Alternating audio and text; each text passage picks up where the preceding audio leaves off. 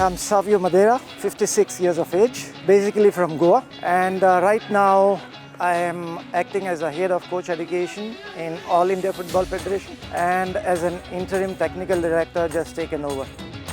If we see the history of Goa, they say it started in 1883, started by an English priest. And add to that, it has got a lot of Portuguese influence which made the game popular in Goa. And slowly it went on in the families, and that is how it influenced each and every member, each and every family. And I would say the Portuguese influence had a lot to do to introduce this game to Goa.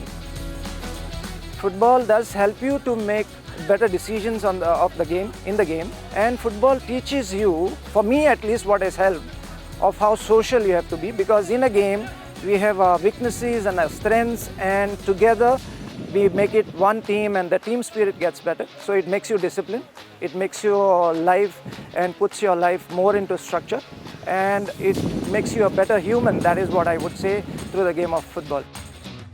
I would say that we have to start from scratch back again, because even after the pandemic is over, we cannot just rush to do things what we had done 18 months back, which can be detrimental to the players, to the coaches, to the game.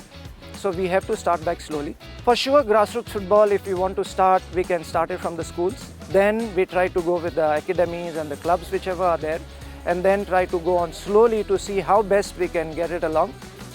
I think the girls football is equally important like what we are looking for boys football also. And at All India Football Federation, we are slowly starting. We have started the Golden Baby Leagues. At places we have allowed them to mix gender, include girls at a younger age. But very soon we will start with only for girls.